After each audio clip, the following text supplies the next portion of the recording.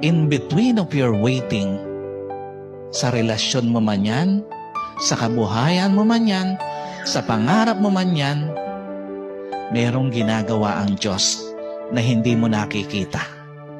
Merong ginagawa, merong inihahanda ang Diyos na hindi mo man nakikita. But in a blink of an eye, magbabago ang sitwasyon mo. Because the nature of miracle, in a blink of an eye, nagaganap ang isang kamangha-manghang bagay sa buhay ng isang tao.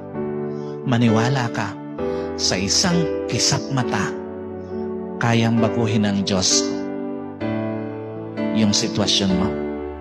Sa isang kisap mata, kayang paghimalaan ng Diyos yung sitwasyon mo. At sa isang kisap mata, kayang magpadala ng Diyos ng himala sa buhay mo.